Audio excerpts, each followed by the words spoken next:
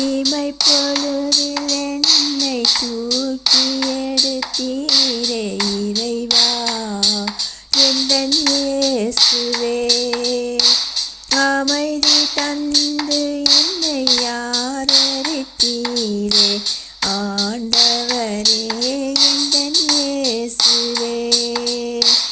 எந்தன் மனவிருப்பம் கேட்டு நிறைவேற்றும் இயேசுவே உம்மை நான் துதித்திடுவேன். அந்தகார இருளை அகற்றும் ஒளியாகி அருகில் வந்தே அமர்ந்தவரே. எந்தன் மனவிருப்பம் கேட்டு நிறைவேற்றும் இயேசுவே உம்மை நான் துதித்திடுவேன். அந்தகார